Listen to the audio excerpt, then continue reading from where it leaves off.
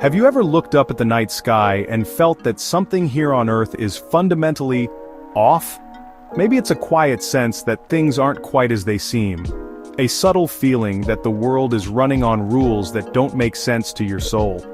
In those moments you might wonder, who decided how life should be lived, and why does it feel like we're all just following along? We're born into a world with rules we never wrote, chasing a version of success that often leaves us empty. From childhood, we're taught to fit in, to measure our worth by standards set long before we arrived. We spend our days striving for goals that may not even be our own, rarely stopping to ask if this is truly the life we want. Throughout history, a tiny fraction of people have held the keys, shaping the system for their benefit. These gatekeepers have written the rules, deciding what's possible and what's not, while the rest of us play roles in a story we didn't author. Their influence is woven into the fabric of our daily lives, often invisible but always present. Most of us live out stories handed down to us, rarely questioning who wrote them. We accept the script, reciting lines about what's normal, what's right, and what's possible, even when those lines don't fit who we truly are. Why is the truth so elusive? Because a questioning mind is harder to control. When you start to ask why, you begin to see the cracks in the story, the places where reality doesn't quite add up. That curiosity is powerful, and it's exactly what the system tries to suppress. We're kept distracted, focused on daily struggles, never pausing to ask who built the maze we're in. The noise of modern life drowns out our deeper questions, keeping us busy, tired, and disconnected from our own sense of wonder.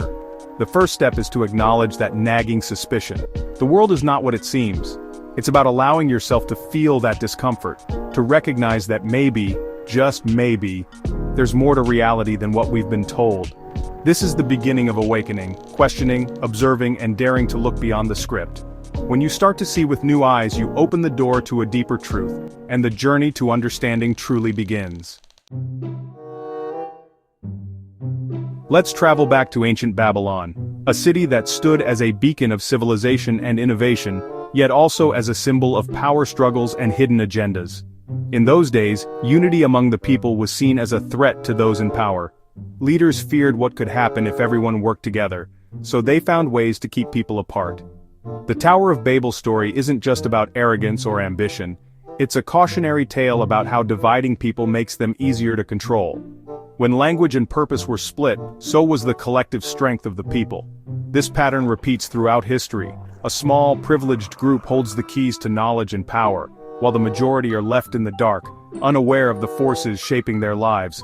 From the legends of Noah's Ark to the rise and fall of empires, history is a story of those who understand the system, and those who are swept along by it. The divide between the informed and the uninformed has always shaped the fate of civilizations. Today, the world's most complex financial systems are understood by only a select few, yet their decisions ripple out to affect billions. The language may have changed, but the exclusivity remains. The tools of control have evolved, from stone tablets and clay records to digital algorithms and high-frequency trading. But the architecture of power, the way it's built and maintained, is eerily familiar. Real power isn't just about money or armies, it's about shaping the narrative, controlling what people believe, and setting the terms of debate. Those who write the rules rarely play by them. From ancient priests who interpreted the will of the gods, to today's financiers who interpret the markets, the principle is unchanged: keep people divided, distracted, and dependent. The game continues, generation after generation, because most never stop to question the rules or who benefits from them. The real question is, will you be one of the few who dares to look behind the curtain? Fast forward to now. The flood isn't water, it's information. Our screens are both windows and cages, capturing our most precious resource: attention.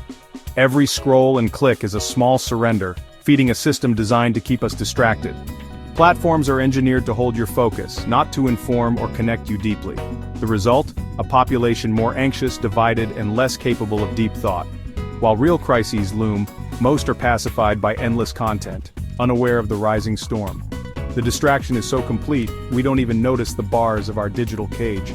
We've forgotten how to question, or even that there's something to question. The flood is here, and most are happily swimming in it.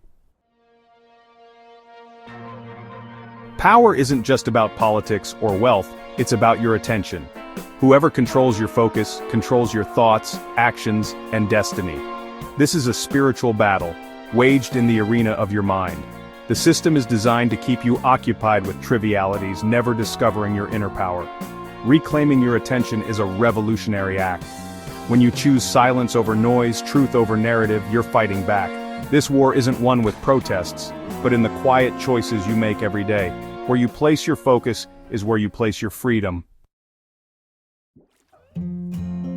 The greatest communicators throughout history spoke in stories, not just in facts or data. Stories have always been the language of the heart, the way we make sense of the world and connect with each other on a deeper level.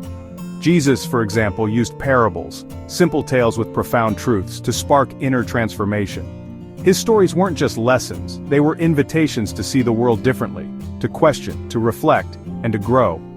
Stories bypass our usual defenses, slipping past skepticism and planting seeds that quietly grow into understanding. Over time, these seeds can blossom into new perspectives, changing how we see ourselves and others. But stories aren't always used for good. Systems of control also use stories, but theirs are designed to limit, to divide, and to keep people in their place. The story that your worth is measured by your possessions, that you are only as valuable as what you own or display, that others are your enemies, that you must compete and fight for your place, that happiness is always out of reach. These are the parables of the Matrix, the stories that keep us running in circles, always searching but never arriving. Repeated endlessly through media, advertising, and culture, these stories shape our beliefs and behaviors without our conscious consent, quietly molding our sense of reality.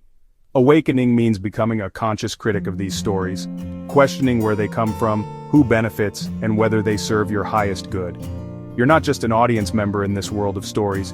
You have the power to choose which stories to believe, which to reject, and which to live by. The truly awake see the difference between stories of control and stories of liberation. They recognize the narratives that keep them small and those that set them free. To change the world, start by changing the story you tell yourself. Every new story you choose is a step toward a freer, more authentic life.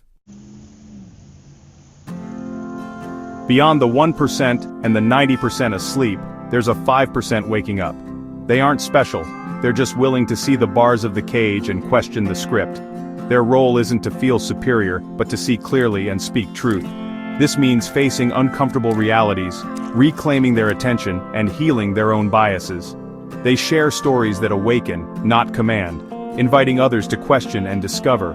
They are lighthouses, not commanders, offering a point of reference in the storm. The challenge is yours. Will you remain a character in someone else's story or begin to write your own? The universe is waiting for your answer.